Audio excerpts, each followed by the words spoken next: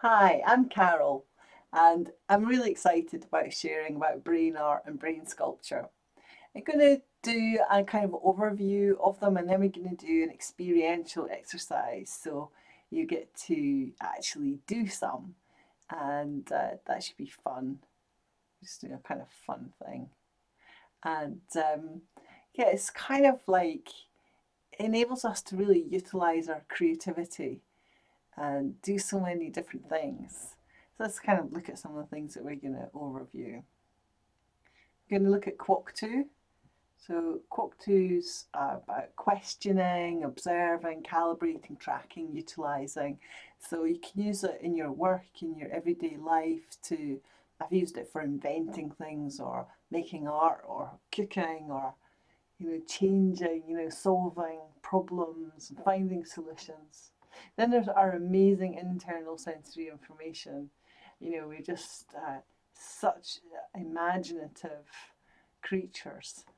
The things that we can do with, we take in sensory input and we use it to build stories and add meaning to things. And, we're amazing, aren't we? We're kind of incredible. Uh, and we love metaphor, and, all of those things. So just look at how we can use ISI. And then kind of brain art. So brain art is a collection of internal sensory information. And again, we can use it. This is a real example from somebody of their brain art and a particular element of their brain art, a collection, and how they, that influenced them. It's going to roll up in a minute. There we go. So it's a kind of it's a graphic representation of just one brain art that was stopping this lady, uh, you know, feeling satisfied about her day's work in such a simple way. So look at some things like that and explore your own brain art in the time that we'll have together.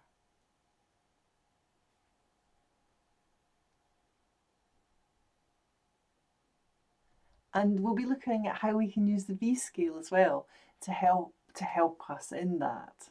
And and we'll be looking at how there's a downloadable V scale for you that you can use. We'll be looking at on my website. It explains how to use it, but we'll be exploring that, and we'll be thinking about um,